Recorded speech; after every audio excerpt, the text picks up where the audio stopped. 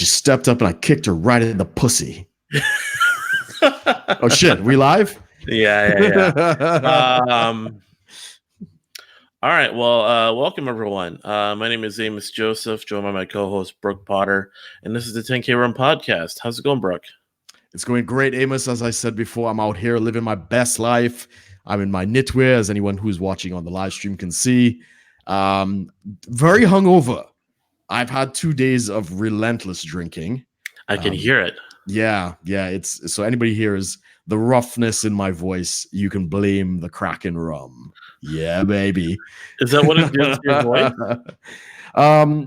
No, well, I think I'm kind of dehydrated, so that kind of adjusts the vocal cords a little bit. So I'm just a little more strained. So that's probably what it's done, you know. So, but yeah, I'm doing well. Looking forward to some pretty cool weather out here. A lot of rain, a lot of flooding. You know, good English weather, and we'll see how it goes from there. What's going on with you, man? Nothing much. I just watched that. And I told you I watched the Joker movie. Yes, so you did. That was pretty good. I was hoping you'd go watch it soon, but I can't. So I can't spoil it now. No, you can't. No, you can't. A lot of people. I don't know when I get a chance to though, because I'm traveling this week. Yeah, a lot of people I've talked to really liked it. They gave it like a 9 out of 10. I'd give it like a 9 out of 10. Cool. But it was interesting going to the theater. So I got a ticket. So I went right after work. So I was wearing so I took off my uniform and went into the theater. So it was just I was wearing like a black undershirt, black shorts. And here I am going to the last showing at night. It's like 10:30 at night. You know, and then of course there's all the there's all the security concerns with this movie. You know, well, security hype more than actual concerns, you'd say. Yeah. But that's why I'm kind of saying security concerns with quotes, I guess. There's, all these single white men going to watch movies because apparently this movie made the difference. Because all those other movies where single white men went to go see a movie never was a problem until now. Well, are you only half a threat? Exactly. Something like that. So I went there, got the ticket, and then at the so a lot of people know like there's a little area. There's like a spot where they have like a ticket punching person or something. Basically, like they'll tear the ticket and tell you which way to go. They had a little sign there and says all bags have to go through a security check. Really? Yeah. And then there was a security guard. Yeah, and then there was a security guard walking around. Yeah, that theater I've been to a few times. Never had that before. Never. I've never heard of that in a cinema. It was the same thing. It was another weird thing too when I went to the this Walmart near me. That same thing. There's a security guard that started being there.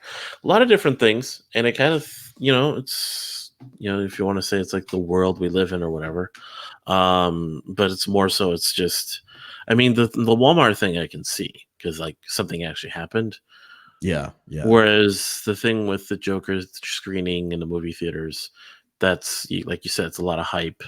Yeah, that's my. I mean, nothing happened, right? There was nothing's happened yet. Yet? Are you expecting something? Are you in 4chan or an incel Reddit that you're on the inside track for something? No. No, yeah. But yeah, I'm saying but I'm pretty sure nothing's gonna happen. No, I don't think. I mean, it's a movie, man. I think the SJWs and the left, the left brain syphilis people who are pushing this narrative. And again, they don't seem to understand, right? The whole issue behind the incel thing is it's how they are perceived in society that leads them to do crazy things. Yeah. Right. They think it's an incel thing, and this is probably not a spoiler. It's like there's no like incel stuff in it. Right. There's nothing that's kind of him, Yeah, but the point I was making about the hype of the security concerns. So all of these SJWs and these leftists and communists are freaking out over this movie, figuring that some incel is going to show up and shoot up the theater and whatever. Not realizing that very stereotype is exactly what leads to incels going and shooting up places. it's that disenfranchisement in society where they're treated as the other. Right. So again, but at the same time, the left are the ones so narcissistic, they want representation in every movie, because they love themselves. So they want to see themselves in every movie. So even though the hype is around this movie, I mean, I haven't seen it, and I know it's not really incel because apparently he has a girlfriend and he has relationships in it. But again, that would be kind of like in leftist theology, that would be representation, right? Wouldn't that be like healing the issue? So again, it just shows that these leftists, they don't even believe their own bullshit. It's you can't win with these people. Right. Yeah, it's a good story in terms of just like what makes it nice is it's relatable in a way. It's not like, I don't think I'm not saying it's relatable like, oh, I could totally turn into a Joker. No. Just the kind FBI is just logged into the stream, I'm sure. Yeah, hello NSA. the feelings and the like situation that they present of just him being feeling and acting out his like disenfranchisement. Yes. Just all of that. And it's then relatable. and then they're kind of, it's funny, all the narratives, we don't want a movie of just a white guy that just has a bad day and goes over the edge. It's like, wait, haven't we had plenty of movies like that? We've had plenty of movies like that. And I mean, the whole series of Breaking Bad is hung on that premise, Oh yeah, I mean, and then they talk about like apparently like at least across the country, I don't know parts of the world, but across the country, people were walking out of the movie because they felt it was too over the top.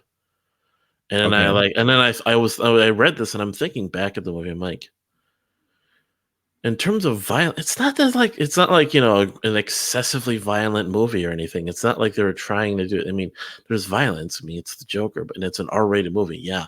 But it wasn't like, there are movies out there with similar premises where they've killed way more people. I mean, Walter White killed more people. Yeah, that's an example. Killed more people in the show. Granted, it was the show, but it's just like, and that show, like, people love it. Right. Yeah, no, I agree. I mean, yeah, if you want to see real ultra violence, you got to watch Indonesian action films. Those things are fucking grotesque. But yeah, no, again, because there's so much misinformation around this movie, again, you don't know what to believe. You think, the screaming leftists seem to have taken this as their target. So they might be just writing puff pieces about people leaving the cinema when really they're not. Yeah, maybe it's like, well, actually, it's maybe the writers of the articles themselves leaving the cinema. Yeah. I mean, that's completely, and that would be like an honest recap. It's them leaving, kind of thing. But again, you can't believe anything. You have to go and see these things, make up your mind for yourself, think for yourself, and all that jazz. Granted, I'll say this: the theater was fairly quiet. Well, it's a cinema. It's supposed to be quiet. But,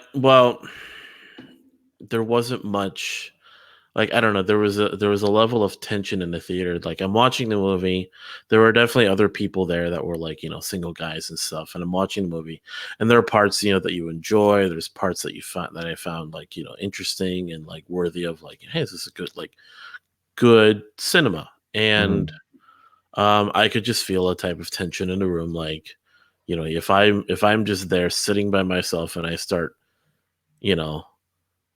reacting a little bit like, right. People might.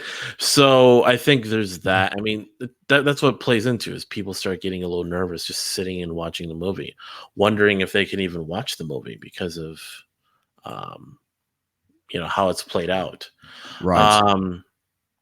I figured, it's going to be. The movie is best, I think, enjoyed.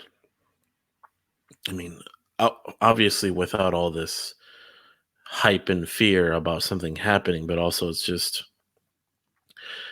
it's a good movie. But it's just, I think that's all I can really say. Well, I mean, I think, and at the end of the day, there's, as the old adage goes, there's no such thing as bad publicity, right? So even all of these screeching heads basically calling this thing a disaster and, an incel generator and all this other shit, people are going to probably go and see the movie. right? There's controversy has only helped films, especially if they get banned and the Catholic Church denounces it or whatever the case is. They love that shit, man. That's like marketing for free.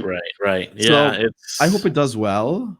I hope I get to see it. I don't know if I'll be able to see it before I go, but possibly when I'm in Trinidad for a couple days, I could probably go out and see it out there. So we'll see. Yeah, because there's what's cool about it. Well, what's interesting about it is so you look on Rotten Tomatoes. Mm-hmm. It's interesting when the audience rating is higher than the tomato score.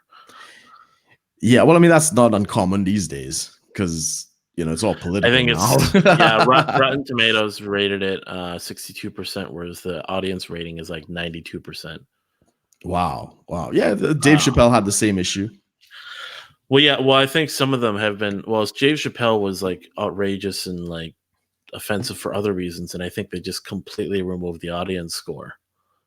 At one point, they did. So I think it was just the Rotten Tomatoes score, which was very low, like 25 or something at the time. But yeah, there's a lot of these things where they'll like completely remove the score because it looks too good to like appealing to people. They do more than that. Like for Ghostbusters, apparently every 1-star review, they removed it because it said that, and of course that skews the algorithm, right? Because you've removed the lower strata, so it raises the average.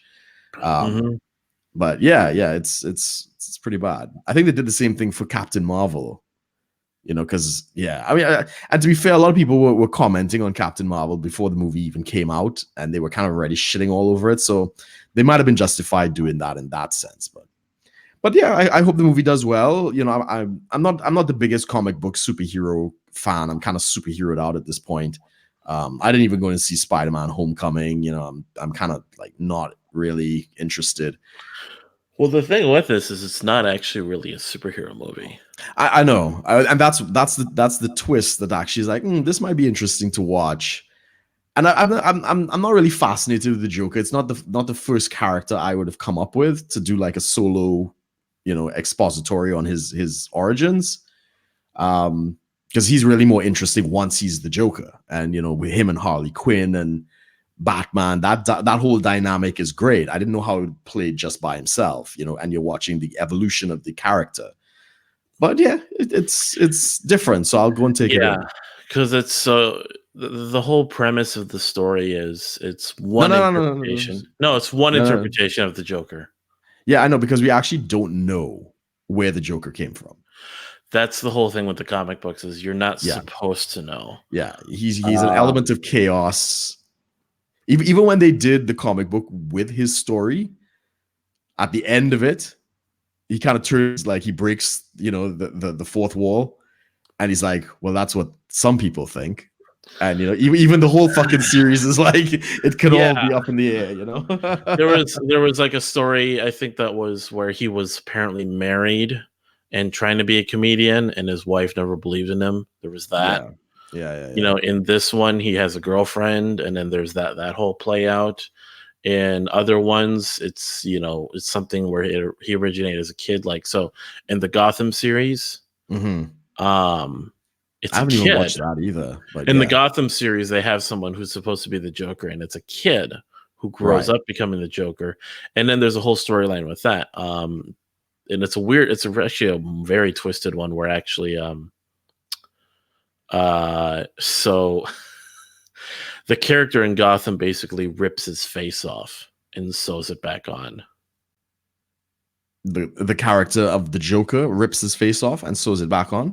That's actually happened in the comics. So you actually see like part of the makeup of this character is like there's a line outlining his face where like a scar would be where it got sewn back on. That's pretty fucked up. And then there's of course the scars with the smile. That's kind of a newer thing. The whole thing with the scars and the smile, like that's in terms of depicting it in a movie. It's always used to be, So, hey, what's happening, Conk? Conk was on the birthday stream that I did last week where we talked about this, and basically like.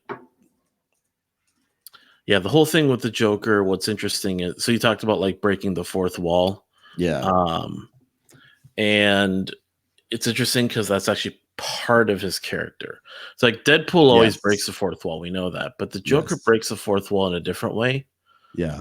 His insanity, his actions are influenced by his knowledge that he's not a real thing. He's not real. Yeah. Conk here saying he's gonna go watch it. Yeah, Conk, I just watched it. Brooke hasn't watched it, but I give it a 9 out of 10. It's a pretty good movie. But basically they called it because people tried to pin down like what is wrong with the Joker. This movie tries to do that, where his mental illness possibilities came from, but the comic books has basically depicted him as you can't really put a pin on it. Yeah. You can't really pin him down. And they basically called it super sane. Like it's not just insane, but like super insane kind of thing. Super sane. Sane as he achieved a level of sanity because of his knowledge of reality. Okay. This is a Dragon Ball Z thing, isn't it? No. Oh, okay. No. He sees beyond. He basically knows the reality that he's not real. Oh, okay, interesting. And that's part of his behavior. So the reason he kills people is because he knows they don't matter. Right. Well, that's generally how it works. No, but he knows that they're like in the comic books. So there was a whole video I sent out to some people to watch. It's basically like because there's parts where he interacts with the audience that's reading. He'll turn his own page in one book. They drew it like he was turning his own page. Right. They basically kind of gave him like fourth wall breaking moments in the comics. There's even one where like he's in an isolation, like in solitary confinement, and he starts talking, and the guard's like, "Who are you talking to?" And he's like, "I'm talking to my fans." Right. It's pretty wild. So they called it super sane because he's so aware, and so he falls into this thing, called like a Lazarus Pit. Yeah, and when you you fall in, you're supposed to become insane temporarily. Really? I thought it was just like a healing immortality thing. So there's a temporary insanity that ensues with anyone who falls in it. Oh, when the Joker fell into it, he became normal. Oh. His sanity dialed down to super sanity dialed down to regular sanity. Interesting. There was also a point where, so this in this video it goes over at that. There's also this talk of the Martian Manhunter from the Justice League looked into the Joker's mind to help him clear out some of the nonsense. Yeah. And he said, yeah, it's like a raging storm inside his mind, but I helped him clear up most of it. Then the Joker turned normal for a bit. Right. He said, and so this guy in the video, they theorized, well, he probably was seeing all these very weird thoughts like, none of this is real. I don't exist. And then remove that, and the Joker went, oh. There's also a comic series where the Joker killed Batman. Yeah. And then the Joker turned normal as a result. Well, yeah. I mean, they were always supposed to be like two sides of the same coin. So if you got rid of one, you kind of got rid of the other, sort of thing. Well, which is why he never killed him. Well, so he killed him. Yeah. He thought he killed him at first. So when he did that, basically that breaks the story because Batman's not has no more to die. meaning. Yeah. So then his super sanity was questioned. So he turned normal, and he's like, "Well, maybe this is real, right? And I'm actually crazy." So he dials it back, becomes normal, then finds out Batman actually didn't die. Right. Turns back into the Joker, knowing that the illusion is continuing, that he's not real. So that's the whole thing. Because people have tried, is he this, is he that, and he has all these characteristics of all these different mental illnesses. But the reality is, at his core, it's because he knows it's all fake that he behaves this way. It's all, the joke is he's a comic book character. Yeah. It's pretty intense, man. It's pretty intense. I mean, I think the Joker is one of the best creations in comic books. That I can think. I mean, I'm not a super fan. I'm not a Marvel, DC. I don't have any comic collections and stuff like that. But I've always, like, Batman will always have a very special place in my life. The first. I mean, I watched the old TV series back in the day, with the POW and the Biff and all the Adam comic West. books. Adam West, yeah, back in the day. And did you hear that in the upcoming series of what is it, Supergirl, Flash, and all these things, they actually do want to bring back the Robin from the original series, that TV series, and they want to bring him into the current cross universe thing that they're doing this year, including Tom Welling, who played Clark Kent in Smallville back in the 90s. So there was an episode, excuse me, there was an episode of one of the was it, they call it the Flareoverse or whatever, the Flash Arrowverse, yeah. Arrowverse. Like, so in that universe, like the way they'd explained like Superman and Supergirl existing was they existed in another universe, which it's another universe. Kind of dumb, I think. Like, why can't they exist in your universe? But well, because then every series will be like, well, why is the Flash dealing with this? Just call Supergirl. Or why is Supergirl dealing with that? Right. Just call Arrow. Yeah, they add a little bit of distance to it. Yeah. So they actually, it's funny. They I think they used the Smallville set. Yes, they did. Yeah, so basically, like, the Flash goes to see Supergirl, and of course she's with Superman, and you hear the Smallville theme song. Yeah, I saw the house, I saw the farm. I'm like, oh hey, and then it's like, oh, it's their Superman, which is like this different. Yeah, the other guy. Yeah, the other guy. The other guy. And then, and of course they have the whole. Of course, Dean Cain is playing like another character. Supergirl's adopted father is Dean Cain, and the wife, the mother, played Supergirl in the movie of Supergirl. So there's a lot of Easter eggs in this, and I have to admit, like, the DC movies have not been the best. I really enjoyed Wonder Woman. I quite like Aquaman because I have an underwater thing. I just love the ocean. The Batman versus Superman, some of the Batman, even some of the Supermans have not been great. Mm-hmm. But their TV division, Warner Brothers, doing DC TV has been epic. Fucking brilliant. Right. Yeah. From Smallville. I'm not big on Arrow. I watched probably the first 5 seasons in Arrow. I think it's on 8 now. I kind of stopped watching. But the minute the Flash came onto the scene, I love the Flash character. I watched the original Flash series back in the 90s, and then you see the actor come back and play his father, puts back on the old costume. And I just love the crossover. He was the alternate universe Flash. Yeah, exactly. So it's been great. And then Supergirl just became an SJW nightmare, though. Yeah. I mean, the first series was good. I mean, they'll make a couple jabs. Then they sold it to the WB. So CBS did it at first. Or was it ABC? One of the two, either ABC or CBS. I think it might have been CBS. So the first one was good. They canceled it, sold it over to Warner Brothers, and they incorporated it into the Arrowverse and all this kind of stuff. And then it just got like, pussy power kind of shit going on. And let's do a whole episode about guns. What? Yeah, and all the feminist jabs and stuff like that. And then there was Legends of Tomorrow, which was interesting. They basically took like all the B-list characters that really didn't have a big role. They stick them in a time ship and they're traveling through time, fighting monsters and reverse flashes and all this other kind of stuff. Legends of Tomorrow is pretty much the least popular one among these series. Oh yeah, because it's not based on a comic book. That is like a completely unique creation that has come out of this thing. They now have a comic book series based off the TV show. But I don't know if it's been canceled and stuff, but it's the same thing happened, right? It's all of the SJW stuff, what is it? I think all the characters end up being gay or whatever, and eventually people don't really need to see all of that, But yeah, but they've done a really good job. I mean, I've stopped watching Supergirl. I'm not watching Arrow. I only watch for the crossover events. I'll watch all 3 or all 4 or whatever it is, just to see the story. But I'm following the Flash. The Flash I'm still up on. Yeah.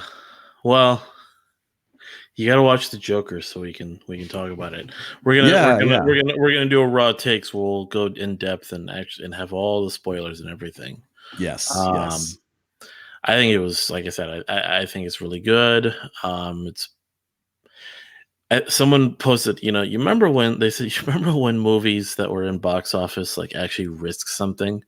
Yeah, They were actually yeah, risky and trying to challenge narratives. Yeah, this is one of those. And you were telling me cool. like the what was it, the director or the writer was saying this whole story was inspired because of the whole SJW narrative.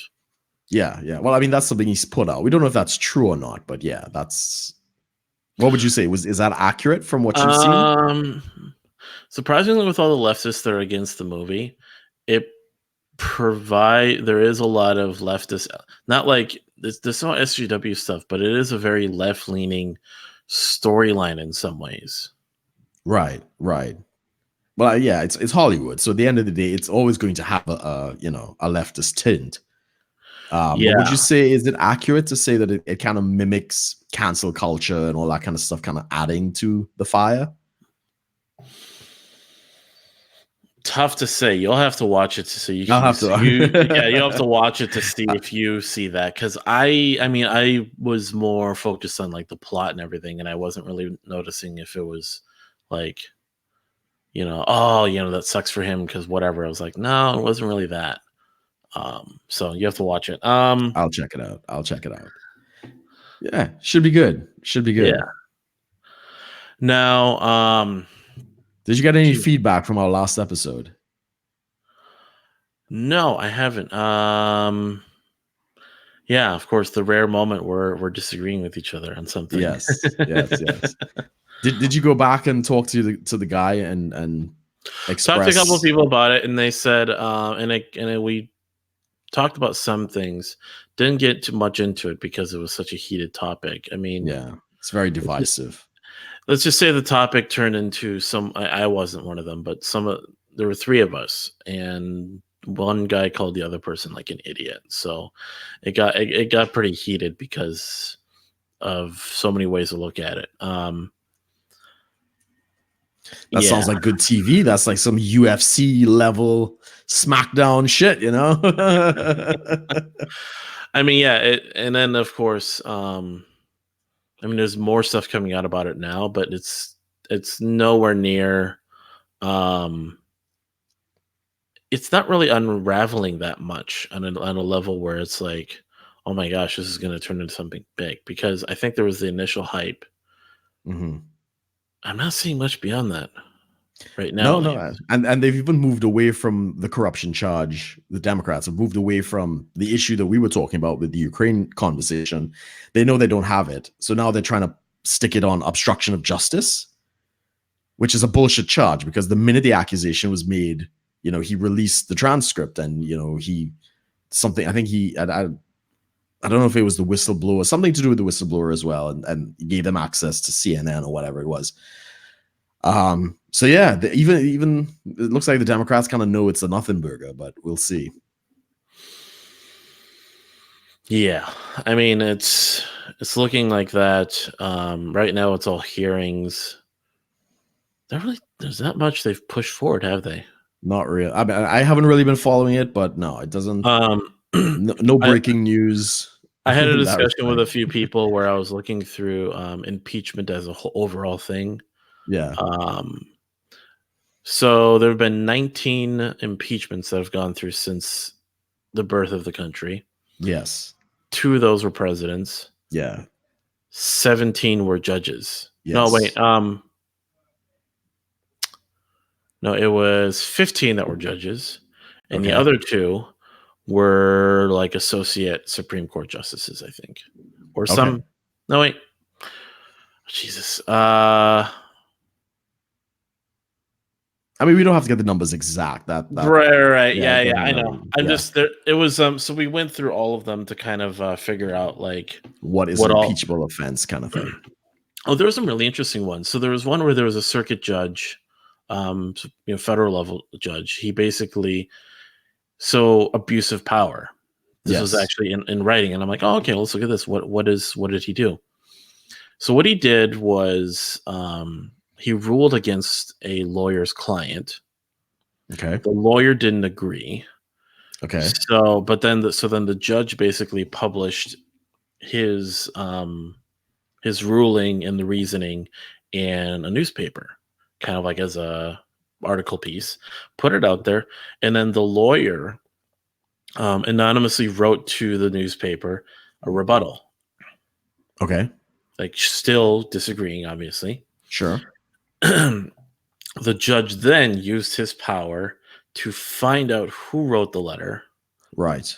and put this guy in jail and banned him from practicing law for 18 months. Yeah, that would do it. Abuse of power. That is abuse of power. Yeah. I put him in jail for 24 hours, actually. Okay. But still, it was like they busted him on that and got him, and he was impeached. There were like 2 or 3 judges that were removed due to drunkenness. Okay. They were impeached because of drunkenness? Impeached for drunkenness. I'm guessing they probably had to have been drunk on the job. Like, right, yeah. I'd imagine so. Nobody really gives a shit if you're drunk at home, you know? Yeah. Yeah, I like dereliction of duties kind of thing, I guess. That would kind of fall into that. There was one where the judge was caught living outside of the district he was judge over. Supposedly, yeah, he's supposed to represent, and he didn't live there. Yeah. It's like, what? I mean, oh man, I think a lot of Congress people and senators in the U.S. still have that issue, right? So, like, who was it? Hillary Clinton, actually, because she ran for the District of New York, and she didn't live there, so I think she rented a small house or something like that, and basically you need some sort of residency. But what's weird is, like, even after they become a congressman, they all move to DC anyways. Yeah. And I mean, these are all archaic laws. You know, a lot of it is convention at this point. It's not. I agree. Like, I don't think it's necessary to do that.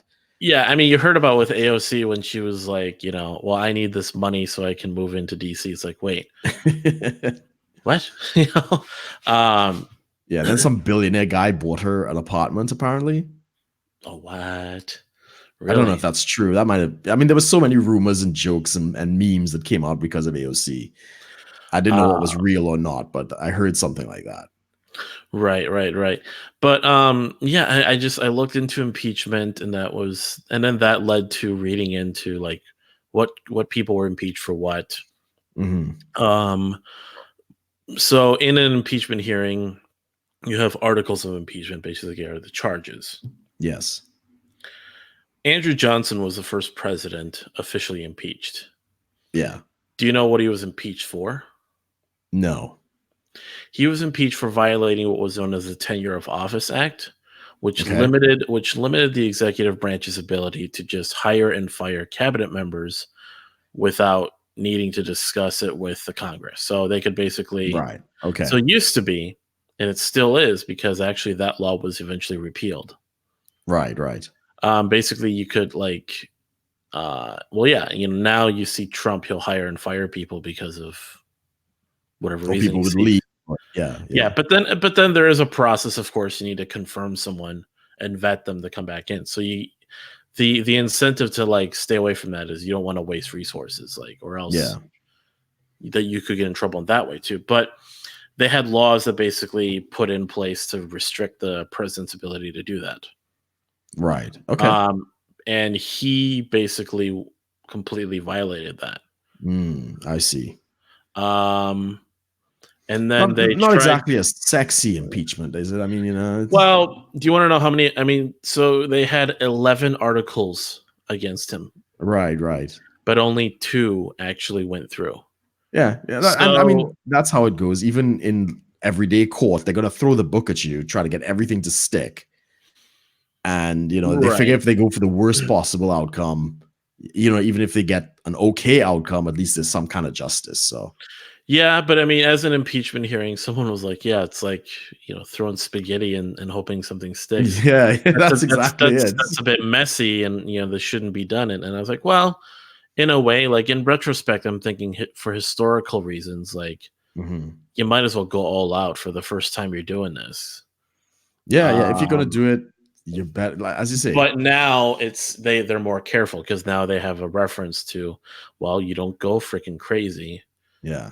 Because there's supposed to be, I guess, a level of a higher level of professionalism that you don't have in a court, because it's not really a court. Yeah, exactly. And it was funny that as I looked into it, pretty much every president, like the last,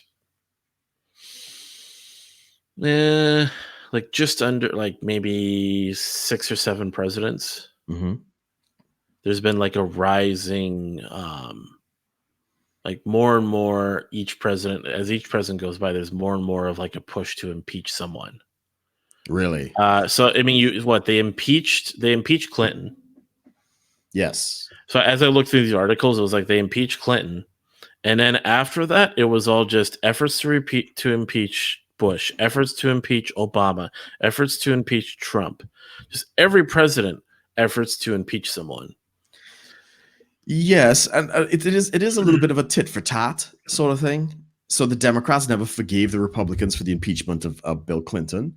In fact, even to this day, Bill Clinton is kind of held up as like, the first black president because he played the saxophone. So yeah, so when it's a Republican, they want their crack, they want their pound of flesh. So, they will go after them. And then the Republicans in response will be like, well, they came after us, let's go after them. So you're absolutely right. It's become a political football in massive game of power that is DC, Well, and the other thing too that's really interesting. So as I looked through, I started finding different aspects of government, like different procedures. Like, what a recall election is. Yeah. So like if it's a congressperson or something, they can basically call them back to the state. The state will be like, look, we're removing you as the representative. Well, in the U.S., the way it is if there's a certain amount of people who sign a petition, you can submit it to the governing authority. So like if it's a city or something, and they basically, if they feel it's justified, they will open a recall election. It's an election to remove someone. Yeah. From office. And excuse me, there's been governors that have been recalled. Never has there been a recall on a federal level, I don't believe. Yeah, no. Because that'd be really tricky to do. But the thing is I looked at the sort of the trends. So the first recall elections took place in the early 1900s. Yeah. And then they've continued on till today. And they said apparently like the year with the most recall elections was 2011. Okay, 2011. Huh. Which doesn't seem that long ago. No, it's right there. So then obviously I'm like, here I was kind of doing just some little bit of theorizing, like, well, you got all these like presidents like seeking to be impeached, and you see there's all these impeachment hearings, of course, in the last like decade, and then you see all these recall elections. Yeah, it's almost like people don't trust people in government. yeah, that's a fair assessment. I can't remember which way the governorships and stuff were going in 2011. I would suspect it was 2000. Yeah, when did Obama came in 2008? Well, see, it wasn't necessarily governors being recalled either. It's anything from like school board members to mayors to city council members, to governors, pretty much anything below a governor. Right. Okay, interesting. But it was just a lot more of them in the recent times than there have been before that. It's democracy is its finest. Yeah, and I just and then of course, like I said, there's all these presidents being impeached. Like pretty much every president, they've had a crack at impeachment. Somebody's tried to. Every president since I've been born. Yeah, I think it started with once Clinton got it, the Democrats are never going to let that go, and the Republicans are just going to fight, fire with fire. So it's going to be a tit for tat probably for the next couple of years. So when I looked into it, official impeachments have only been Andrew Johnson and Bill Clinton. Yes. Because Nixon got away. Nixon resigned. Nixon resigned before the hearing even started. Yeah. He stepped down. They could never charge him.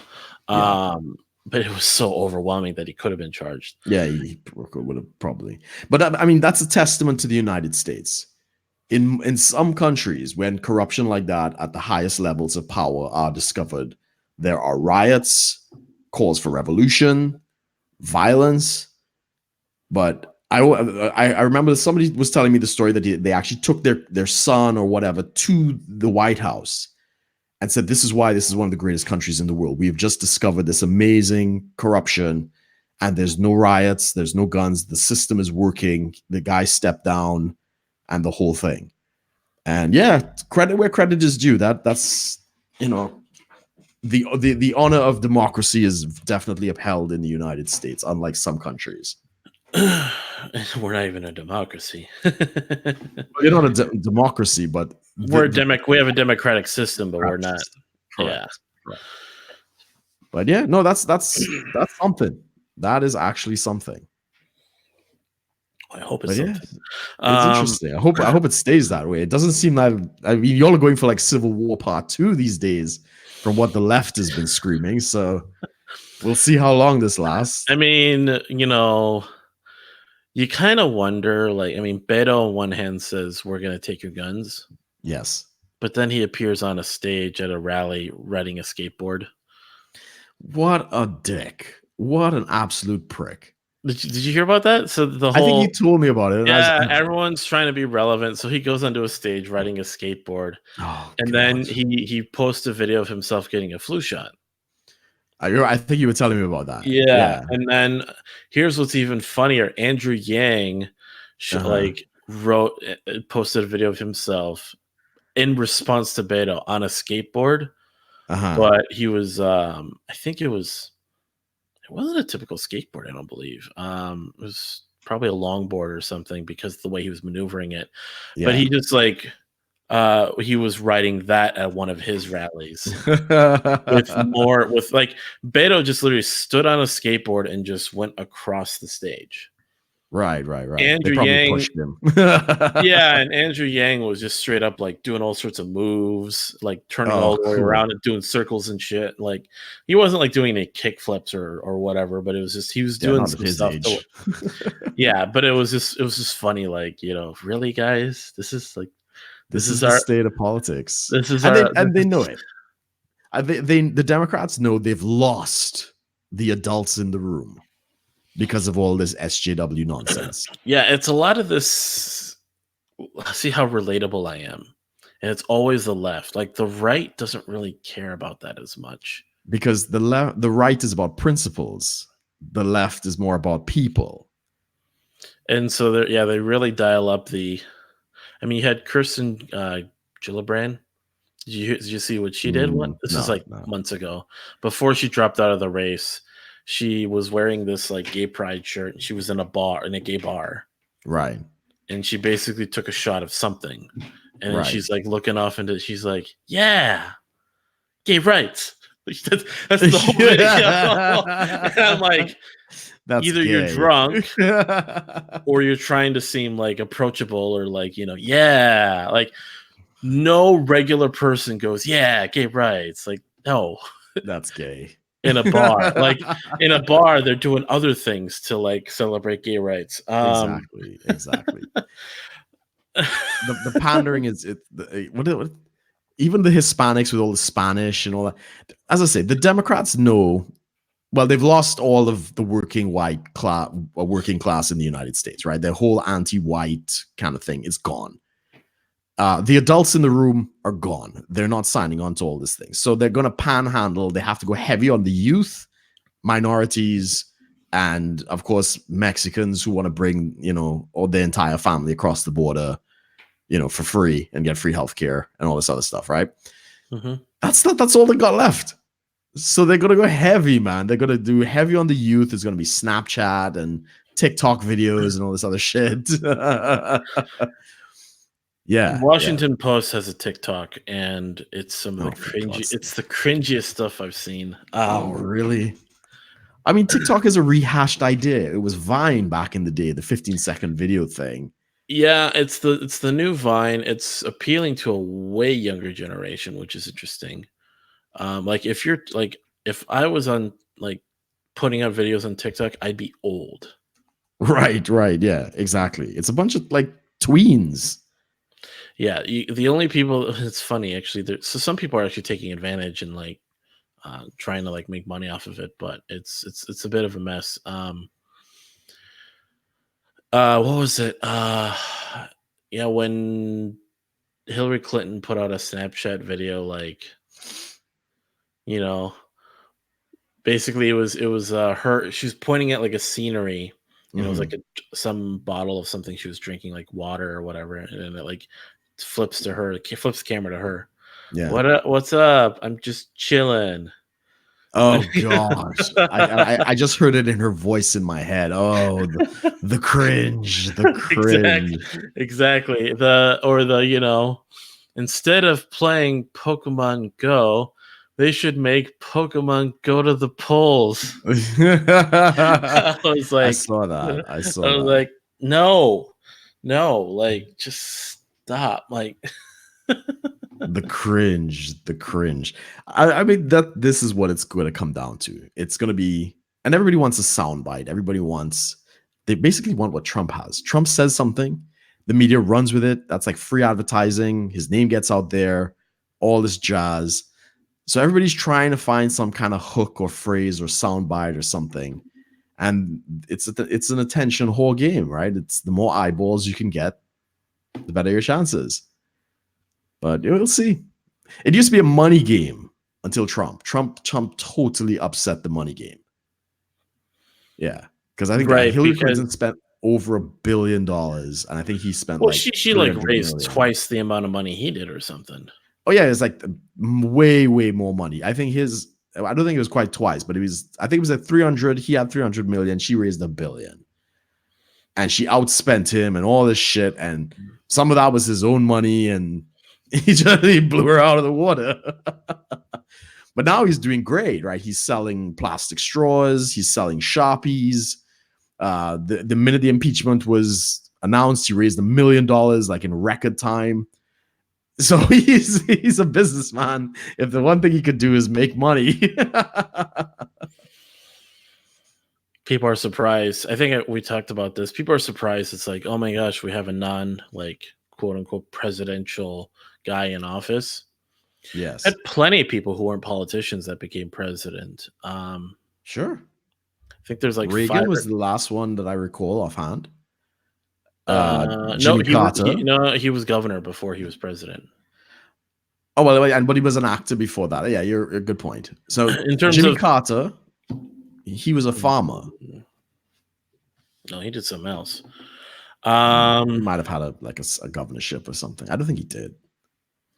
Presidents without prior political experience. Here we go. Yeah.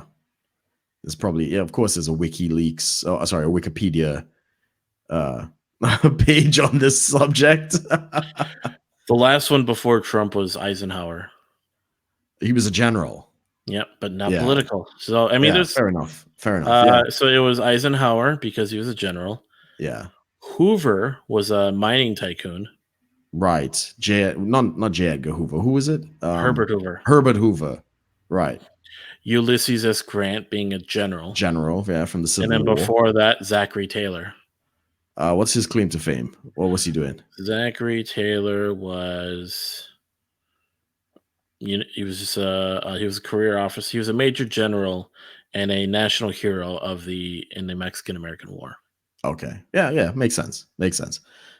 So yeah, it's leadership. If you're a general, a commander, or something like that, I could see that.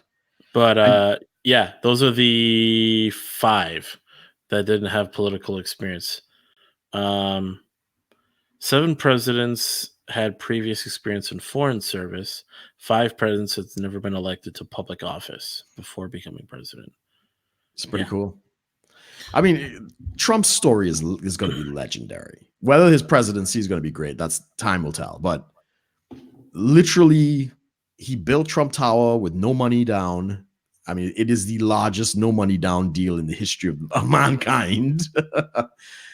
He's built this fortune. Yes, he says booms and busts, but that's not a thing. Most business people have booms and busts. He became a television star. You know, he appeared on like WrestleMania and he beat the shit out of somebody. You know, that's where all the memes with him beating CNN and shit like that. And yeah, then you know, he's launched all these lines. He was on The Apprentice. He was a TV thing, and then he becomes president. I mean, it's fucking brilliant. Only in the United States of America. You know, that's absolutely great. Yeah, I mean, so are you going to be president someday, Amos? Are we going to start singing "Hail to the Chief" as our intro? No. I mean, if I know anything about how politics, if I even try to guess how politics will be in a few years, and this show existing, you never know what's going to happen. You know? It's true. You know, like yeah. Oh, go ahead. No, I was just saying, some people here want me to run for the local council here, but I keep telling them I can't afford the pay cut. So, you know, we'll see how it goes. Yeah, someone put out a really weird post. They said, imagine being like, you know, just think about how many red flags there are. Like, you're raising literally like hundreds of millions of dollars over, you know, a year and a half or something, just to earn a position that only pays $400,000 a year. Yeah. It's like, that's a bit of a red flag. And then people are like, I mean, it literally makes you the most powerful man in the world. Yes. So, and it does have other perks. You know, you do fly Air Force One, you get like lifetime security, lifetime healthcare. Not true. What? The security only lasts for 10 years after your presidency. I guess that makes sense. It's probably they used to honor that lifetime Secret Service, but yeah. And then these fucking presidents start getting old. Yeah, they start living dying young. Yeah, so it's becoming expensive because, I mean, was it Reagan? Carter, I think, is the oldest. They're still around, but it's enough to, like, you know, especially with today and how many resources you need to put into defending, you know, one president. Imagine now defending a couple of them. No, I could see that. I could understand that, which is good. I didn't know that. They do it for 10 years, and then the whole thing, which is hilarious, is like, someone's like, well, yeah, you just, you know, you get speaking deals for years to come. And then if $500,000 just to show up at some event. Yeah, exactly. Yeah, you do like what, 2 a year?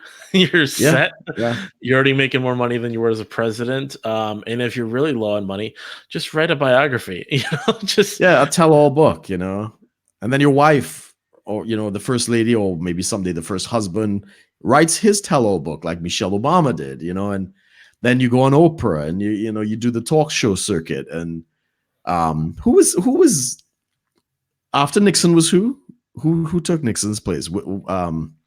Ford, was it? Yeah, it was Ford. He actually did the blueprint because he wasn't elected. He was appointed as from the VP position. But he's actually the blueprint of how to make bank off the presidency once you've left office. Apparently, he was the guy who started the whole thing, like doing talk shows, doing the circuits, opening malls, writing books. Yeah, so, and every president since has done pretty much the same thing, right? They followed in his footsteps. So yeah, but it's not like Trump needs the money, right? It's not like Trump. I mean, he's a billionaire, you know. He's got some prime real estate all around the world and shit, you know. We'll see. Yeah, it's funny how that all works out. I mean, the Clintons are never going to run on money. Not anymore. Well, possibly. You remember that shit that she said when she came out of the campaign and basically said she was broke and she only had like $8 million.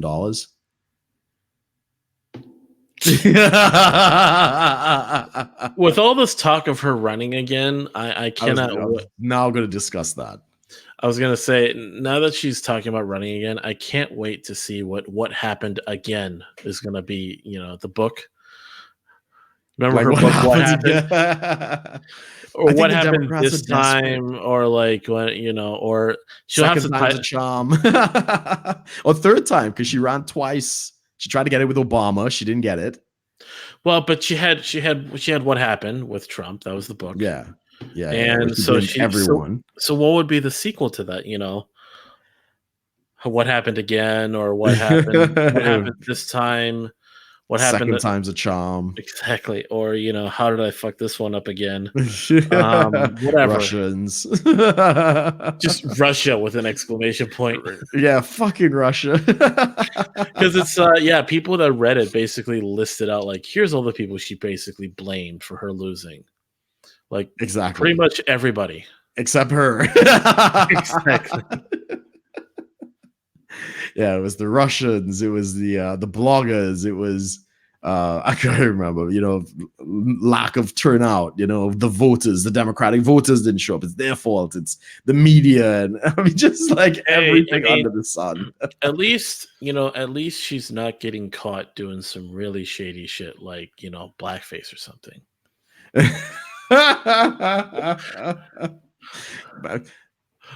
Not yet. I think no. From what I heard, she did some sort of topless rally thing. I heard about that. Yeah, that's probably back in the 60s and stuff. She would have been tight back then. Sure, why not? But yeah, she's funny.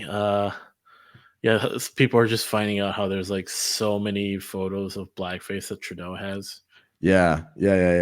And so Babylon Beast's rare photo of Justin Trudeau surfaces where he's not in blackface. Yeah. Like, oh, Jesus. Yeah, the memes have been pretty vicious, man. Or even just, I mean, the interesting point, I think Paul Joseph Watson stated this, like, don't you think it's weird? Like, you get one blackface and it's just a faux pas, you fucked up, whatever. Yeah. But he did it so many times, and the times that he did it, he didn't just do his face. He did like his arms, his legs, like under his body. Like he had torn pants and underneath black, and it's like, what was he thinking? What was he trying to do? Like, was this? No, it's very disturbing. It's very, very, and he has a bad habit of doing this kind of shit. Like when he went to the trip to India a couple of years ago, he dressed like the Maharaja, he dressed in the Indian garb and all this kind of stuff, right? And dance with them and stuff. And he danced with them and all this kind of shit, right? Like our former prime minister, Theresa May, went to Africa and she tried to dance with them. It was a goddamn nightmare. But at least she was dressed British, right? She's representing the country. That's the thing is, like, you want it, like, there is like an honoring of cultures. Humankind. It's like you would want to it's like you want to honor other cultures, but it's like don't do it at the expense of your own. Like, don't just start dressing up exactly like them and you're pretty much blending in now. Yeah.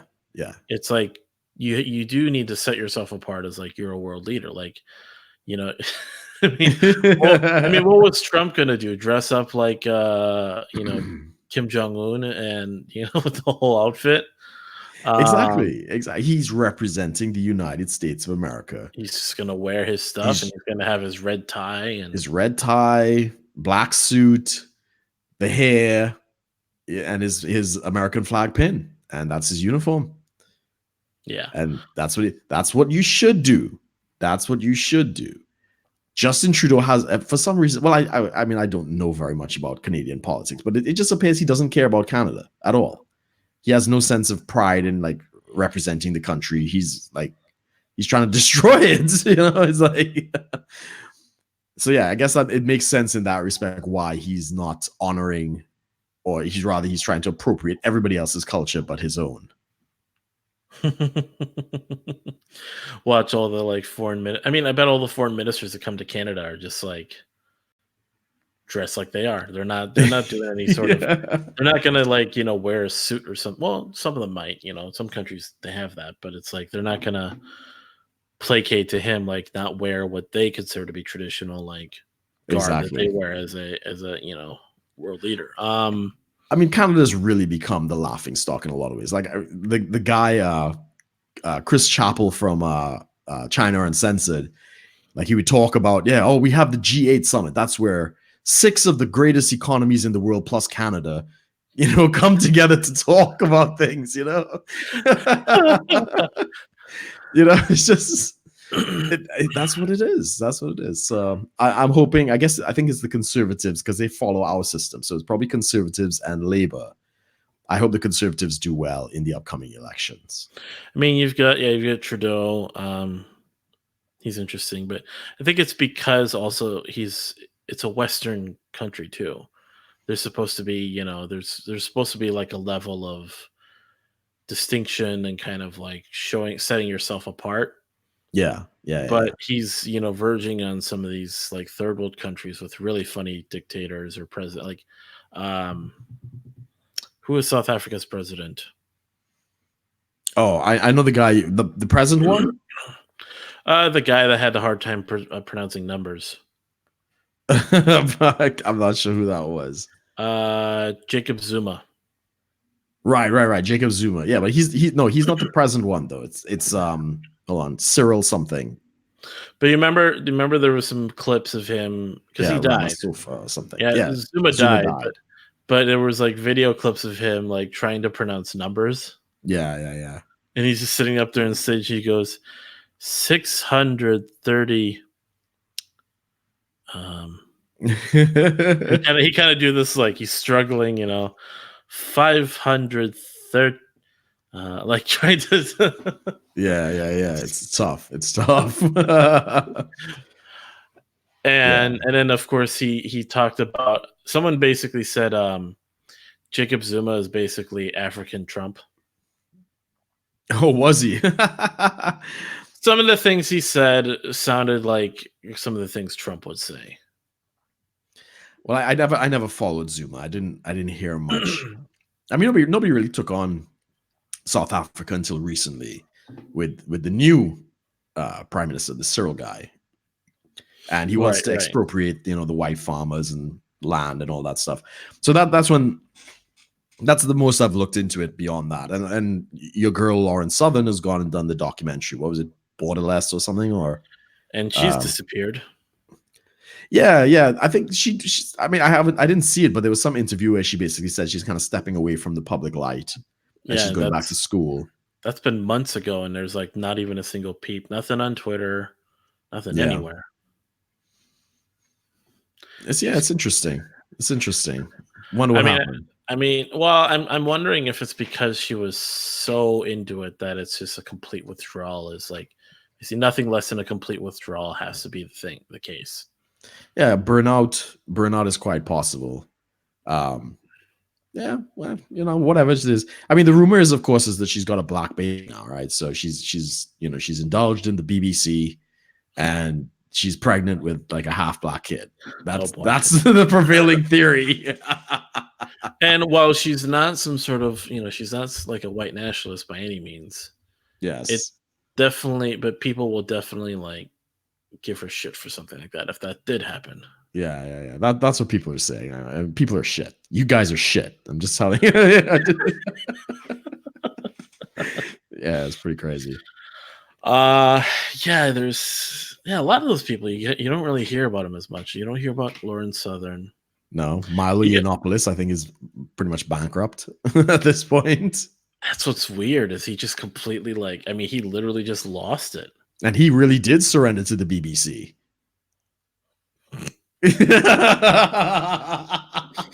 And then who else? Well, we've lost Alex Jones. He's gone the way of the dodo. No, he's still around. Does he still do? I mean, I never followed Alex Jones to start. He just had Count Dankula on like a couple months ago. So he's still doing like a live show then? Yeah. It's just because of how it's banned from so many major platforms. You got to actually go to the website to watch this. Okay. I didn't know. So you remember Count Dankula's like his ending, his outro was always, Alex Jones. Everybody should subscribe to this guy. Yeah, but now but he changed it now. It's a clip of when Dankula was on the show, and Alex Jones has him in a freaking headlock, Oh, really? And so I mean, so it's Dankula and they're like trying to get out, and he's like, I mean, it looks very convincing, and he's like, he's like, "Count Dankula, you need to subscribe," and he's like choking him out. That's the whole thing. Yeah, I was watching it because yeah, I still keep up with Dankula and his Bad Lad series. His Mad Lad series is really good. Mad Lads is fun. Yeah, it's really fun. He did one on his last one was Uday Hussein. right, which is the son of Saddam Saddam Hussein. Yeah. Yeah, I've heard stories about that. I haven't seen the episode then. It's a 30-minute video, and he actually at the end he basically says, kind of the kind of people he looks for to make his Mad Lad series. There's certain rules around it. Uday Hussein is actually not a Mad Lad in his opinion. Like really? he's because he's just purely just a fucked up person. Yes.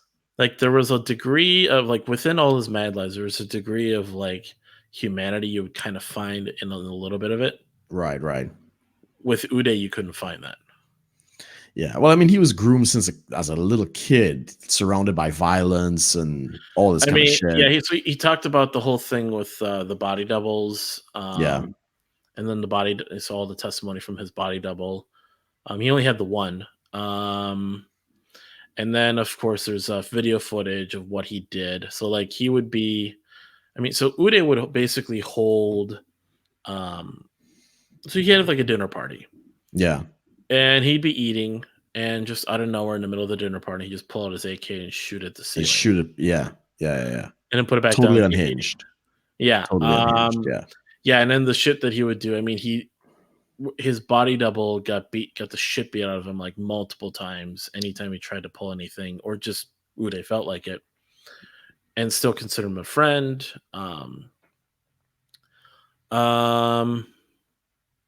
All this shit, and then of course, then Uday eventually led to how Uday Hussein got killed.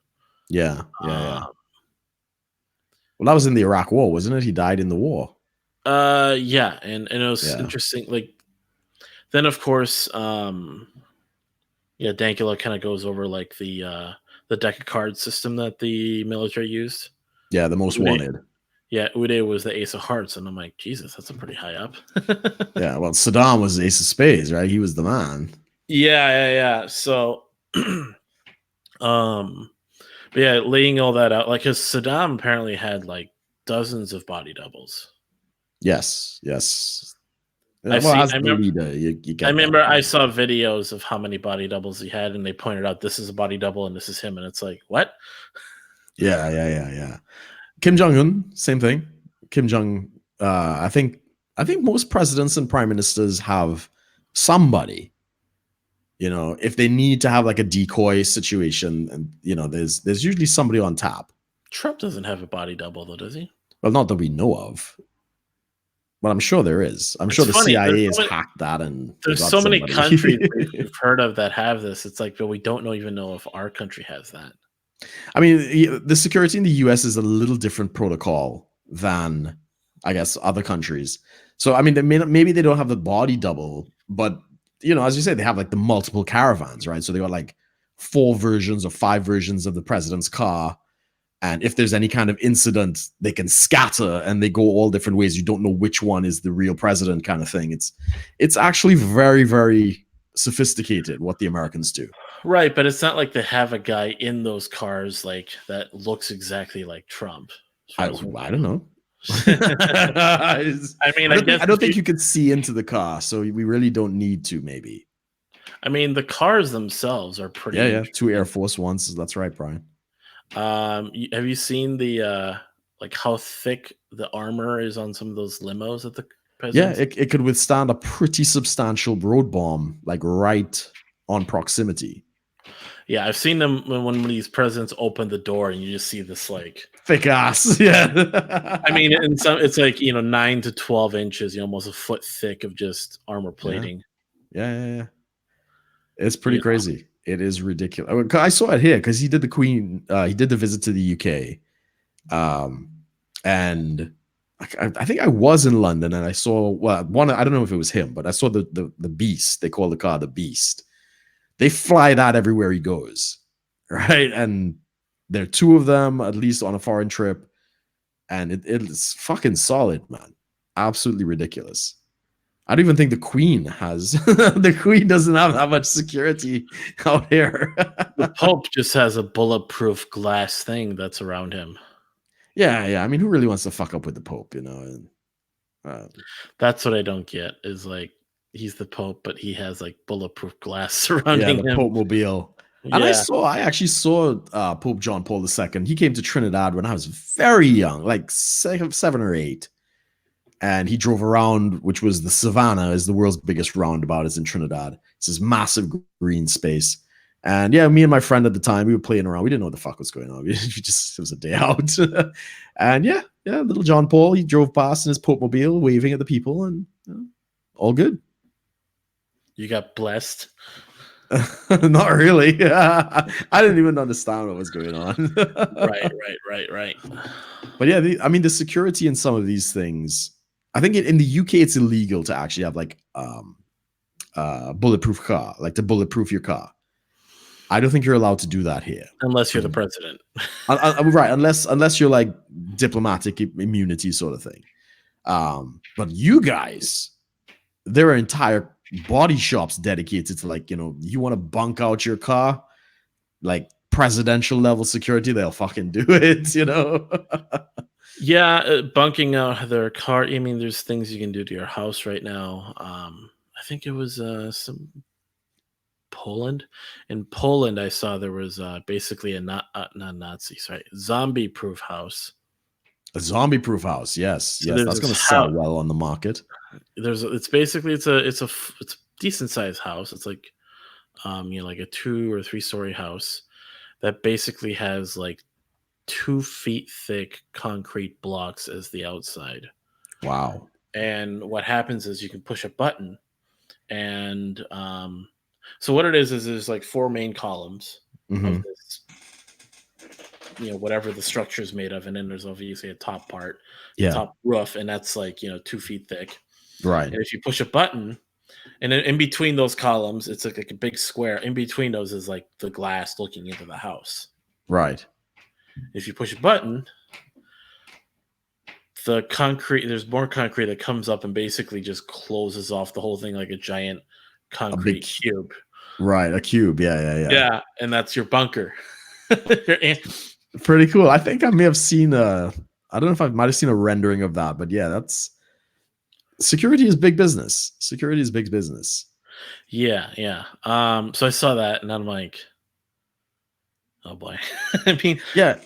My sister, for instance, she had to do a trip out to one of these kind of places, one of these kind of war zone sort of things.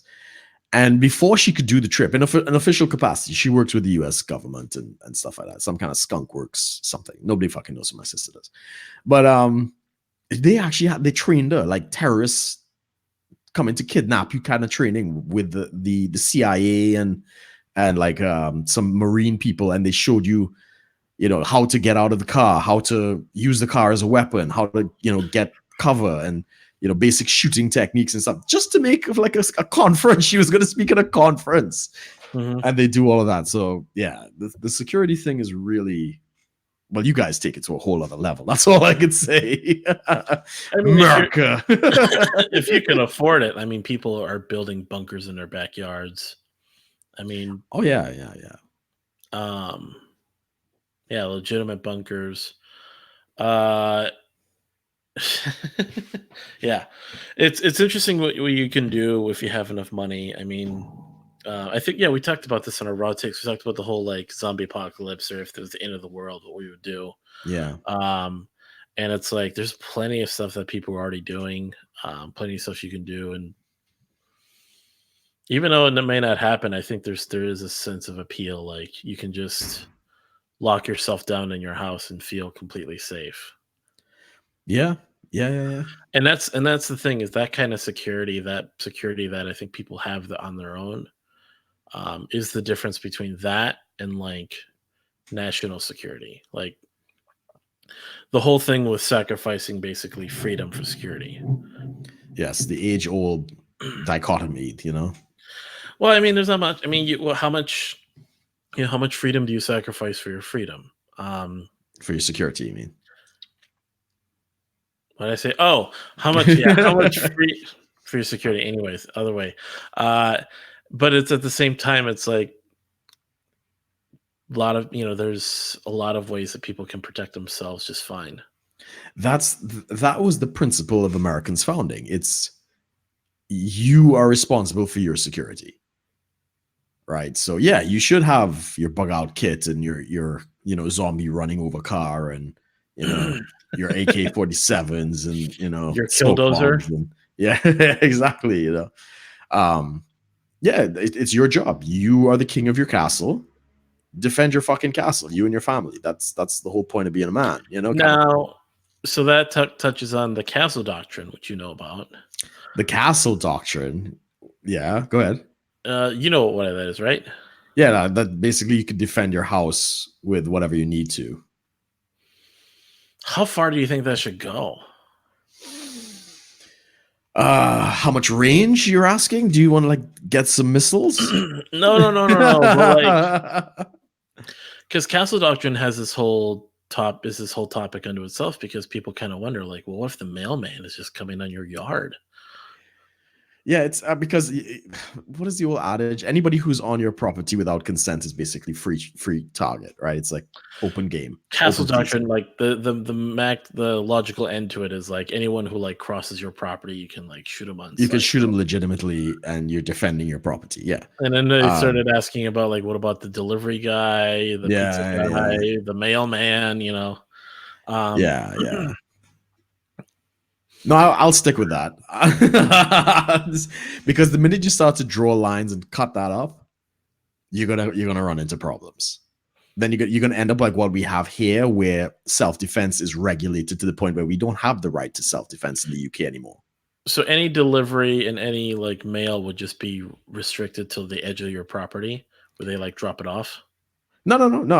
I mean, obviously, the you would allow your delivery driver and so forth to make the deliveries. Only a psychopath would use them for target practice. But then you'd know, and hopefully the authorities would carry him away. But I think that the doctrine of the castle doctrine should be maintained. Right. Yeah. But if someone did say that castle doctrine, therefore I shot my mailman, what do you do then? I think it'll be very hard to prove self-defense because there's no imminent threat. Okay, so there have to be an imminent threat. I would think so. I don't think it's like you could do free range, plowing down at people on your yard. I think there has to be something like that. Because then it even gets to people will say, well, what if it's kids? I mean, kids are being kids, and they're just running through people's yards. They're not going to stay there and try to rob the place. Yeah. I know a guy had a bear trap and a kid ran into it. Oh, Jesus. Yeah, it was bad. There's a YouTube video of that. That's really terrible. Oh, man. I mean, it's so you got that.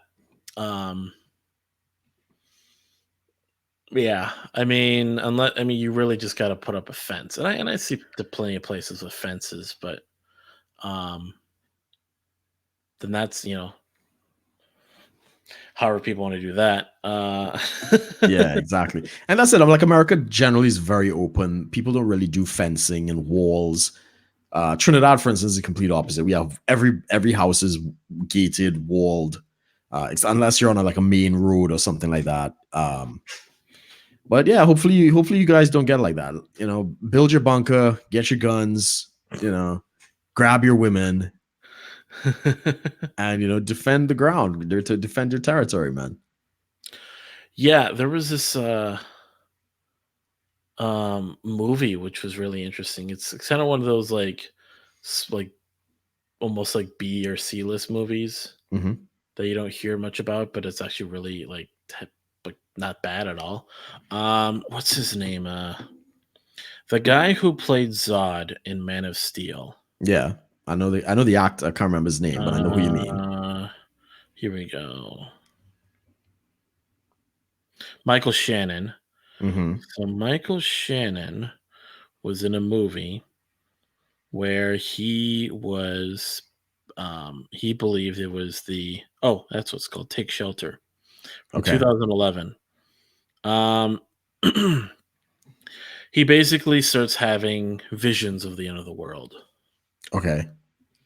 And throughout the movie he's like thinking he's just losing it. There's like some sort of a storm he believes it's coming. I mean, he starts like putting tons of money into like building this whole bunker and shelter and all this stuff. Right. So he does it all, and he's becoming, and he's in a small town too, so he's becoming kind of the joke of the town. Yeah, they all think he's crazy, kind of thing.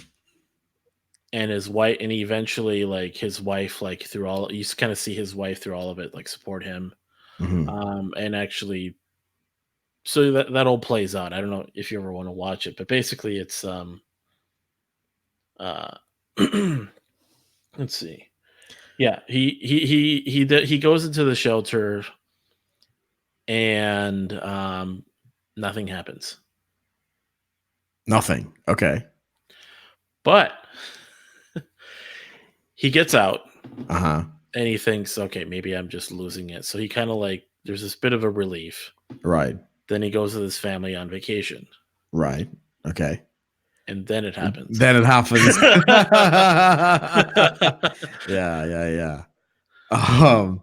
What was the other? There was another movie like that with the Cloverfield series. There were a bunch of movies, so I can't remember which one it was. Well, yeah, there was like a whole Cloverfield universe of like movies. Yeah, they were so that there were three. There was the first Cloverfield movie with kind of handheld camera shots of the invasion, and the second one was actually based in a bunker with oh god, what's that funny fat man? Was it Clover something? Yeah, let me see Cloverfield 2. Let me see if yes, and John Goodman. John Goodman is the guy. Yeah. So John Goodman is the survivalist, right? He's the one, he's been prepping, he's built the bunker, he's got the food and the guns, and he's like a real hick. And it's basically the story goes that this woman is driving home and she gets into an accident, she passes out, and she wakes up in this bunker with him and another guy who's kind of crazy. But I mean, he's like, one of those real survival men kind of thing. And he knows all about aliens and I mean, he's sounding crazy. And basically the whole story is she's trying to escape the bunker because she thinks there's nothing outside. This man is crazy. He's locked me in here. He probably wants to have sex with me. He wants to rape me, whatever. Right. So that's the whole story. But at the end of it, she actually does get out. And there is fucking shit going on, right? They're fucking aliens. The man was right. But yeah, but there's a very good scene at the end where she's making a decision about what to do. And I thought that was actually done very, very well. But so there was a third Cloverfield movie? I think it was called the Cloverfield Paradox. I didn't watch it. So is Cloverfield actually, like the way it was presented, I was like, is this a horror movie? Is this a thriller? What is like this? A thriller sort of, sci-fi thriller sort of thing. Because it was funny, like even I mean the Joker movie is considered a thriller, and I'm sitting here watching this, I'm like, and thriller is like basically like horror light. Yes But the only thriller part was just the violence, and it's like, oh, okay, that's it. It's not like correct. There's no so no, with this one, in this movie, Take Shelter with Michael Shannon, what was happening was, and it was a weird like end of the world scenario. One of the visions he had was there was raining, right? But he like in the dream he like touches his face and he smells the rain, and it's gasoline. Ooh, okay. And that happens on their vacation. Oh wow, that's crazy. Like, and his wife, like, so they're on a vacation and it happens, and he basically like, you just see this like his face is just shocked, and his wife, like, because she knows all about this, Right, been right. told. So she like basically just holds the kids and looks back at him, and he's just There's nothing you could do. like we're done. Like we're already here. Dang, that's crazy. Yeah, I gotta. So yeah, that'd be interesting to watch that whole Cloverfield thing, because the way it was presented, I was like, I mean, the whole. I think South Park did a whole spoof of the whole handheld camera thing. Oh yeah, okay. Basically, there were giant hamsters taking over South Park. There's not recently. I haven't seen the new season. So No, that's not recently. This was like years ago when that movie came I out. think I vaguely remember. Yeah. And then Randy is basically like screaming into the camera, "I'm so startled," and he keeps shaking the camera. No, now they're doing a whole thing with. Let's see. The first episode touches on the Joker thing. Right. The Joker and ICE, like illegal immigrants. Okay. Who's doing this? Sorry. South Park. Oh, South Park's doing this. Okay. And the first episode of the season, second episode that came out, it talks about China and censorship. Right. Good. It's yeah, it's pretty funny. Because it's still called South Park. So like last season, it was always all these memes and a lot of these little Easter eggs about like canceling South Park. Mhm, They'd flash mhm. like a split second of a message that says cancel South Park because people want Right. to cancel them. Then they got renewed through like 2022 or something. Right. So this season, it's all the intro is not a South Park intro. Really? It's called Tegrity Farms. Tegrity Farms is Randy Marsh's weed farm.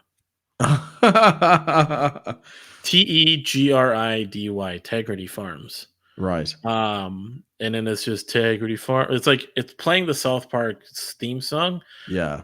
but he's singing about Tegrity Farms. Okay. I'll have to check it out. I usually wait until the season is done, then I download the whole thing, legally. And I watch it all in one sitting, because we wouldn't want to encourage any kind of piracy out there. That would be illegal. Exactly. I mean, people were asking, about if there was a torrent out there of the Joker movie. Oh, right. I'm sure there's a Russian subtitle something out there. Camera. Yeah, you can get the cam ones, and see the guy walk past in the cinema kind of thing. Yeah, piracy is pretty shit, man. Not that we encourage any of that. Exactly. Always buy legit, or at least live in a country where that doesn't matter. Right. Yeah, or use a VPN. We should get a sponsor for a VPN company. That might be really cool. Yeah. So many VPN companies nowadays. Actually, you hear. I remember there was just without saying which ones exist, because then we might be inadvertently sponsored. Right. We've been giving it away for free, man. Exactly. No, there's a lot of them. I remember I had one on a computer that was just a free one. It was like, I think it was like part of their trial was they gave you like 500 megabytes of data to like try it out. A couple of times that I've tried it on my computer, like certain streaming services will catch on to it. Yeah. They don't like that, and I'm like, oh, come on. They're like, yeah. Oh, you're using a VPN. We can't show you this movie, but I paid the subscription. Nope. Yeah, exactly. Yeah, I get the same thing. Even out here in the UK, we have the national lottery, so similar to like your Powerball or your Mega Bucks or whatever it is. But you cannot buy a ticket to the national lottery if you are not physically in the United Kingdom. And if you're using a VPN, it will detect it and be like, well, you're not actually. Oh, but from what we can see, you're not actually in the country. So yeah, it's a little funny how that works. That whole thing. So if I visit and I buy a ticket, I have to be there when I win it. No, I think you could buy it here, but you have to have bought it here. If you buy it and you leave the country, you'll be fine.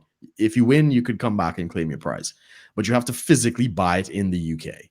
How could you buy it anywhere else? You could do it online. There's an online portal. So like if I am buying I have an app on my phone. But that's not allowed? No, it is as long as I'm in the UK.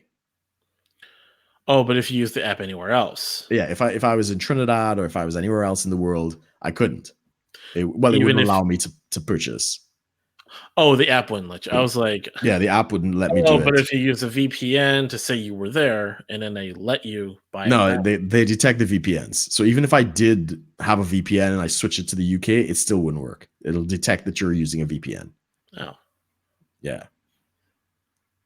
Kind of shit. But you Then know. how could someone break? So how could someone break the law on that? Why would I give that information out over a public podcast here, Amos? I don't know if is that really the No, but conversation we want to have? no. You were saying, oh, because it's illegal to do that. I'm like, well, then how would they do it if they put in some of these restrictions to do it? I mean, does someone I was said it's illegal to download movies. I didn't say it's illegal to buy tickets. I just said you can't. Oh, I thought you were saying, okay, the way you made it, we're talking about illegal stuff, and I'm thinking, okay, so you can't buy the ticket overseas, but there's all these restrictions. So how would you even do it to begin with? Yeah, it's the whole VPN thing and how, they're trying to circumvent that, so there's a lot of I know Netflix is interested in that, for instance, just to name a random streaming service, because they have every country has different films. So, I've heard allegedly that you can switch your VPN from country to country and access a different library of television and movies. And I hear the Canadian one is quite well equipped, apparently, allegedly. Oh, I remember that. When I went to visit Taiwan back in 2016, I pulled out an iPad and I'm watching a movie, and I'm like, oh, I can watch all these movies I don't usually get to watch. Yeah. It has to do with just the broadcasting rights or something like. Correct. Because they don't have worldwide licensing for films. Every film is licensed in a specific country. Yeah, and it's like, why can't they just do some sort of for all of them? Who gets the money? Wouldn't if Netflix has, obviously Netflix has plenty of money. Yeah. Well, if they do a global license, who gets the money? When you pay for your global license, who gets the money? The person who made the movie, like the studio. No. When you launch a film in a country like in the UK and stuff like that, you pay a licensing fee to have your movie in the UK, and that's collected by the Motion Picture Association, of the UK. Same thing if you're doing one in Thailand, like the little banner comes up in the beginning. So no, we'll then pay all of them individually then, which is what we do now. So if you did a global one, it's like who's going to get who's getting the money, and that's why it hasn't happened. You have to do every country individually, and they don't have the resources to do that. No. Well, they don't have the legal framework, and they don't have a monetary system. Like you're gonna divvy up your fees to 198 countries or however many fucking countries there are. Nobody's gonna make any money, so nobody's interested in that, But a majority of the movies that are available are really just American movies. For example, like this. I went to, when I was on Netflix when I was in Taiwan, I could watch The Terminal with Tom Hanks. Yes. Couldn't watch that here. No. It's a freaking American movie. What's the problem? I agree. It's so like, for instance, a lot of the BBC stuff, a lot of, like the British broadcasting, not Big Black Cocks. Yes, thank you, Brooke. Yeah, well, we've been using the BBC all throughout this conversation. I want to make sure people understand talking about something else. So the BBC has licensing. They make their own movies. In fact, something I actually do want to see, they've remade War of the Worlds, very much like in line with the H.G. Wells stories set in the time period and stuff like that. And they're good at that kind of stuff. But that film is only licensed to the BBC, right? And I mean the broadcasting company. So it's not going to show up on the Netflix in the UK. If I want to see that, I have to go onto the BBC website, and that's not Pornhub. I'm talking literally bbc.co.uk, and I watch it on their platform, and they can't get the licensing rights on Netflix. But if I left the country where the BBC does not have the licensing rights, I could watch it on Netflix. So you see how the licensing thing plays a lot into that whole thing. So freaking stupid though. Like Yeah. in practicality, it makes no sense. Like, because I remember, so yeah, Star Trek Picard that's coming out in January. Did Yes. you watch the new trailer for that? No, I haven't seen the new trailer. I don't watch. I watch a teaser and that's it. Because if I start watching the other trailers, I start to get ideas and expectations, and I'm always disappointed. So I only watch a teaser of anything new that comes out because I get a sense of it. Am I going to see it? Yes or no? And then I stop watching all the trailers because it's going to fuck up my expectations. You're going to watch the show though? I'll probably watch it. Well, let me rephrase. I'll give it a try. Yeah, like if it's like the STD, I'm not going to watch it. Yeah, I don't think it is. I mean, I saw some interesting stuff in it. Like people started trying to pick it apart for like canon reasons. Like, does this make sense? Does that make sense? Right. Do you know, like the year is supposed to be $23.99. Okay, $23.99. Okay. And then whereas the beginning of Star Trek Next Generation was like $23.60 something. So it's like a long time. Right. Okay. Because it was supposed to be 20 years after the end of Nemesis. Right. So, yeah, there's a lot of New York Comic Con, they had a New York Comic Con trailer they put out, and it showed a lot more. Oh, did it? Would you? I mean, it's out there. Would you like? No. Don't tell me anything because I mean, this is something I'm not a big Star Trek fan, but I do like the series. Well, not the STD. For those who don't, that's Star Trek Discovery, but you know we abbreviated it to STD.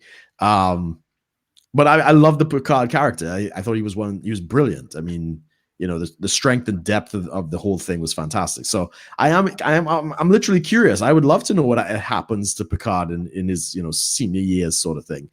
But if it turns out to be an SJW repeat and it's going to be all like feminism and, you know, rights and McGee rights and right. Do you know about at least if any of the prior cast is showing up in the show? Oh yeah, I know like Seven is in it from Voyager. I think what's his name? Who was his first lieutenant? The guy who was like fucking everyone. Riker, right? Yes, Riker. I think he's supposed to make a cameo. Worf is going to reprise the role, and I know he's not. Oh, I thought they were in talks to bring him back. And of course, Brent Spiner. Yeah, he's So the new trailer basically shows hints of them. Right. Okay. There's like a part where you know that, so that I can tell you this. So the trailer is basically like he's talking about like this new mission or something he's trying to go on. That's the whole talk. And he shows up and he shows up to Will Riker's house. Oh, he does. And Will of course looks old too. Yes. And it was funny. Someone took like the screenshot of Will looking at Picard and he goes, Will Riker looks like he's seen some shit. But it's him. And then, of course, there's also Marina Sirtis, Deanna Troi. Yeah, because they're married. Yes. But the whole thing with Data, they add to it. Add to it? No, they don't. No, they don't add to it. So you still see Data. Yeah. But it's this weird that you see Picard and Data in their Next Generation uniforms. Right. In like a flashback sort of thing. No, it wasn't a flash. It was a weird like vision, I guess Picard's having. He's like walking through his orchard in his Next Generation costume. Mm-hmm. And he sees like Data in the middle of the orchard painting. Okay. Also in his thing. And it was like this weird, like, what? Because like obviously we know of them from like the Nemesis, what they were wearing in that right. Like, the new uniform. So it was like this weird thing. This one is actually confirmed. They have Hugh. Right, the Borg. Borg. Yeah. All right, don't give too much away. I don't want to know too much. When does it come out? And let's bring the show into our landing. Yeah, January 23rd. What I was getting at with that is because the broadcasting rights were weird. It was on CBS All Access in the States, but it was included in Amazon Prime everywhere else in the world. Yeah, we have to pay to watch it. Same thing with the STD. The STD was, I think it was a CBS all access something in the United States, but it showed up for us on Netflix. Right? Or similarly, like another show that I really like, and it's just come to an end on season 9, is Suits, which is it's a show about lawyers, and it's really, it's very entertaining and stuff like that. That's network television, USA Network in the States. We get it on Netflix every week. Every week is a new episode on Netflix. Well, it's done now, so it's finished. But it's the same thing. When the STD came out, every Friday or Wednesday, one of the two, you get a new episode on Netflix. Right. Yeah. Oh, man. All right. Well, please spoil it. You just want to burn it all down, don't you, Brian? Well, I mean, you can't really spoil much beyond that. They hint at a lot of things already, and you're like, oh boy, like. I'm sure. But anyways, yeah, thank everyone for joining us. Of course, I know we went kind of all over the place with this one. But there's good reason, because we may not be on the show next week. Well, let's just say we're not going to be. Yeah. Well, for one, guys, I'm going to be traveling, so I'm going to I'll definitely miss the Thursday and the Sunday show. Amos has obligations that might keep him away from being able to do the show himself. Yeah, we're figuring out what to do with that, but 90% sure we're not going to be on for the next week, possibly week and a half. But log on to the Facebook fan page for those who want more information. We will keep you all updated there as to what's going on. Yes. All the links are, of course, going to be below. Of course, subscribe. And of course, since you guys are here, we are also on podcast form. Listen to us on Podbean, Apple Podcasts, and of course, Google Play. And if you guys do enjoy the show, you can also pledge a monthly support to the show, whether it's $1 a month, $5 a month, $10 or $25 a month. There's a lot of perks there. We have the raw takes. That's basically for the $5 tier. You can basically watch our sort of a separate series of videos we do where it's like 10, 20, 30, 40-minute clips of us talking about something a little bit more in depth. We're going to kind of reserve that for we're going to do one obviously on the Joker movie. Once I've seen it, yes. Once Brooke's seen it. Which better be soon. No, yeah, probably this coming week. Don't worry. Right. But yeah, and then that's that, and then of course there's other perks involved too. That's all in our subscribes are. Of course, links will be below. Thank everyone for joining us. Of course, we appreciate all the support. We will of course see you guys in a couple weeks. Yeah, we got a couple people watching. If you all could just like the video, that really helps us out as well. Yes. Thank you so much for watching, guys. Yep. Have a good one, guys.